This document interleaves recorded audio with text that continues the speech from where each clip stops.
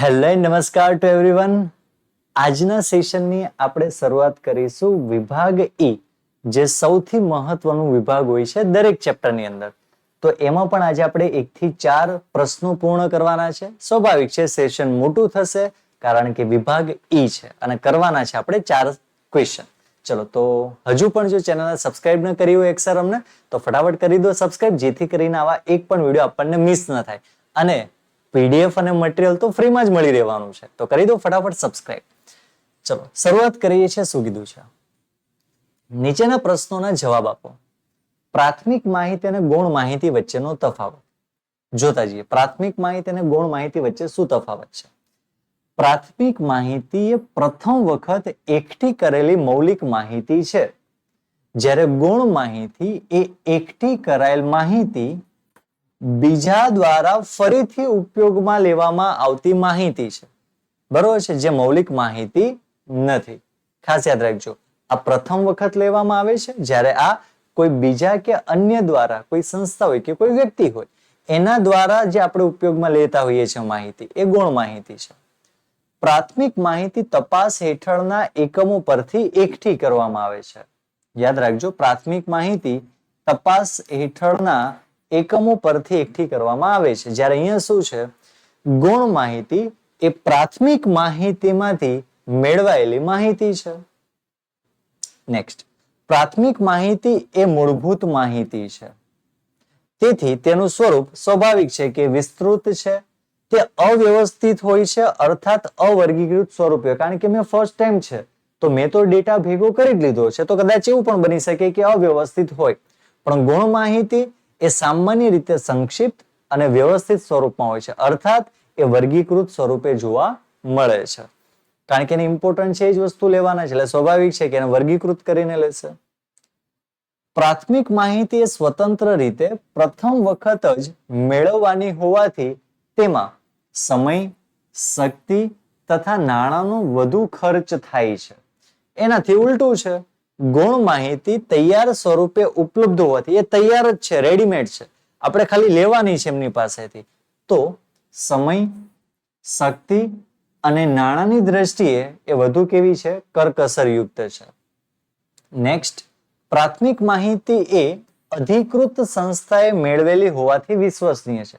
ઘણા બધા છોકરાઓને ખ્યાલ ના આવે કે અધિકૃત એટલે શું, તો ઇંગ્લિશમાં એને કહેવાય રજિસ્ટર. શું કહેવાય? જે એજન્સી રજિસ્ટર છે, તો એ બધી અધિકૃત કહેવાય, તો એ માહિતી એકત્રિત કરે છે. જ્યારે ગૌણ અન્ય માહિતીઓના વ્યક્તિઓ દ્વારા પોતાના હેતુ માટે મેળવાયેલ હોવાથી સંસાધનના હેતુને અનુરૂપ ન પણ હોય અને અવિશ્વસનીય પણ હોઈ શકે છે. બરોબર છે, તો ખાસ યાદ રાખજો, જે માહિતી જોતી છે કદાચ એના અનુરૂપ માહિતી આપણને ન પણ મળે અને કદાચ અવિશ્વસનીય માહિતી પણ આપણને પ્રાપ્ત થવાના ચાન્સીસ અહીંયા ગૌણ માહિતીમાં છે, જેને ઇંગ્લિશમાં કહેવાય છે primary data and secondary data. ચલો, પ્રાથમિક માહિતીમાં માહિતીની ખાસિયતો, ચોકસાઈ અને મર્યાદા વધુ સારી રીતે જાણી શકાય છે, કારણ કે સર્વપ્રથમ આપણે માહિતી એકત્રિત કરેલી છે. જ્યારે ગૌણ માહિતીનો ઉપયોગ કરતા પહેલા કેટલીક સાવચેતીઓ આપણે રાખવી જરૂરી છે. ચોપડીનો સૌથી છેલ્લો અને મહત્વનો પ્રશ્ન છે કે ગૌણ માહિતી ઉપયોગ કરતી વખતે ધ્યાનમાં લેવામાં અથવા ધ્યાનમાં રાખવાના અગત્યના મુદ્દા, તો ખાસ એ આપણે જોવું પડશે. કમ્પ્લીટ. તો આ તફાવત છે, ખાસ તૈયાર કરજો. બુકની અંદર આપેલો ખૂબ મહત્વનો તફાવત નંબર 2. પહેલો તફાવત હતો ગુણાત્મક અને સંખ્યાત્મક, બીજો છે આપણા માટે પ્રાથમિક અને ગૌણ માહિતી. ખાસ તૈયાર કરી લેજો. ચલો, પ્રશ્ન નંબર 2. પ્રત્યક્ષ તપાસ દ્વારા પ્રાથમિક માહિતી મેળવવાની રીત. હવે પ્રાથમિક માહિતીમાં 3 રીત છે. પહેલું પ્રત્યક્ષ, પરોક્ષ અને પ્રશ્નાવલી. એમાં પહેલી પ્રત્યક્ષ તપાસ. પ્રત્યક્ષ તપાસ દ્વારા પ્રાથમિક માહિતી મેળવવાની રીતમાં સંશોધક જાતે, એટલે કે ઇન્વેસ્ટિગેટર ખુદ પોતે અથવા તેણે નિમેલા આગણક દ્વારા તપાસના સ્થળની રૂબરૂ મુલાકાત લઈને ઉત્તરદાતા પાસેથી જરૂરી માહિતી મેળવે છે. એટલે કે ફેસ ટુ ફેસ. એક તરફ આગણક હશે અને બીજી બાજુ ઉત્તરદાતા હશે. એટલે આવી જે પ્રકારની માહિતી છે એને કહેવામાં આવે છે પ્રાથમિક માહિતી, અને એ પણ પ્રાથમિક તપાસ, પ્રત્યક્ષ તપાસ દ્વારા. બરોબર છે, એને પ્રત્યક્ષ તપાસ કહેવાય.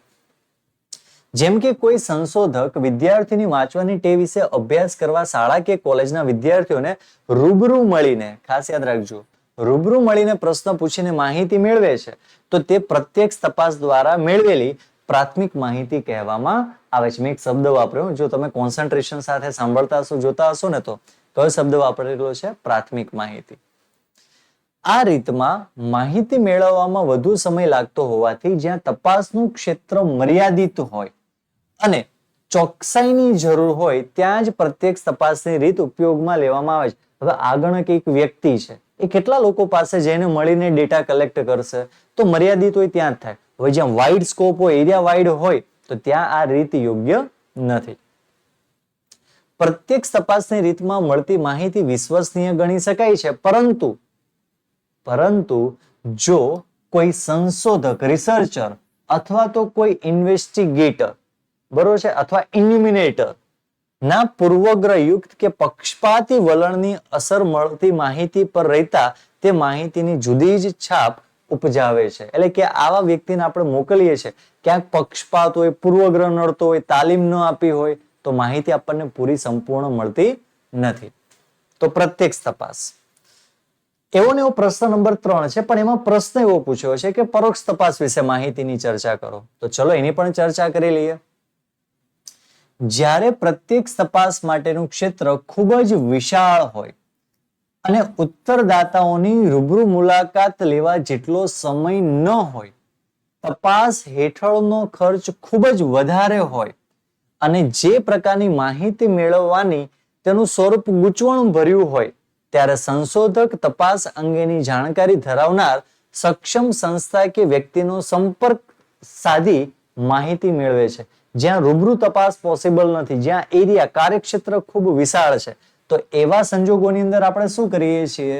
એવી કોઈ એજન્સી, સંસ્થા કે વ્યક્તિનો સંપર્ક કરીએ છીએ અને એના માધ્યમથી આપણે માહિતી એકત્રિત કરી લઈએ છીએ.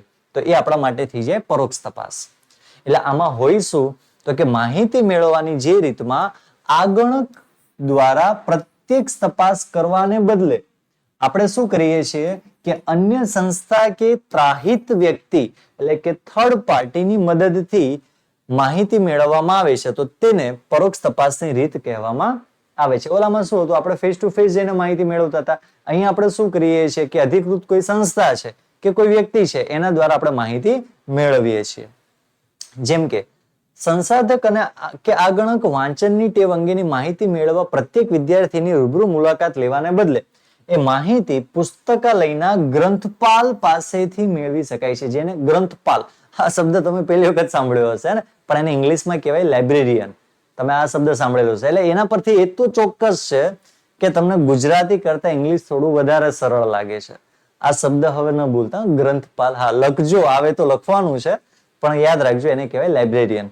તો એની પાસેથી જ આપણે માહિતી મેળવી લઈએ, તો એ આપણા માટે શું કહેવાય? પરોક્ષ તપાસ કહેવાય. ગ્રંથપાલ. ચલો, પરોક્ષ તપાસની રીત વ્યવહારમાં ઘણી પ્રચલિત છે, પરંતુ આ રીત દ્વારા મળતી માહિતીની વિશ્વસનીયતાનો આધાર તપાસ કરનાર વ્યક્તિની પ્રામાણિકતા, કાબેલિયત અને અનુભવ પર આધારિત રાખે છે. આ જે ગ્રંથપાલ છે એ વિશ્વસનીય હોય તો તમને ડેટા ચોક્કસપણે સચોટ મળે, અધરવાઇઝ તમને ડેટા સાચા મળે નહીં. એટલે કીધું છે કે પ્રામાણિક અને કાબેલિયત અનુભવ પર આધારિત રાખે છે. તો ત્રીજો પ્રશ્ન પરોક્ષ તપાસ છે. ચોથો પ્રશ્ન, ગૌણ માહિતી મેળવવાની રીતની ચર્ચા કરો. ઓકે, ગૌણ માહિતી આપણને મળે ક્યાંથી? તો ગૌણ માહિતી મેળવવાને મુખ્ય 2 પ્રાપ્તિ સ્થાનો છે. પહેલું છે પ્રકાશિત અને બીજું છે બિન પ્રકાશિત. પ્રકાશિત એટલે પબ્લિશ કરી દીધું હોય અને બિન પ્રકાશિત એટલે અનપબ્લિશ છે. જોઈએ તમારી બુકનો છેલ્લેથી બીજા નંબરનો ક્વેશ્ચન આ છે ગૌણ માહિતી વાળો. પહેલું છે સરકારી પ્રકાશનો. જો તમે પહેલો લેક્ચર જોયો હશે ને, 11મા ધોરણ આંકડાશાસ્ત્રનો પહેલો લેક્ચર, એમાં આખો આપણે ઓવરવ્યુ આપેલો હતો. એની અંદર ખાલી હેડિંગ જ મેં તમને લોકોને રીડ કરાયા હતા અને મેં ત્યાં શબ્દ બોલ્યો હતો કે આવનારા દિવસોની અંદર આપણે આ જ પ્લેટફોર્મની અંદર આપણે ડિટેલ્સમાં સાથે ભણવાના છે. એટલે કે હું આજના દિવસની વાત કરતો હતો. જોઈએ ઇન ડિટેલ્સમાં. અને આમ પણ ગૌણ માહિતીના 2 જ ક્વેશ્ચન તમને આપેલા છે. એક આ છે અને બીજું છે કે ગૌણ માહિતીનો જ્યારે ઉપયોગ કરીએ છીએ ત્યારે ધ્યાનમાં રાખવાના અગત્યના મુદ્દાઓ.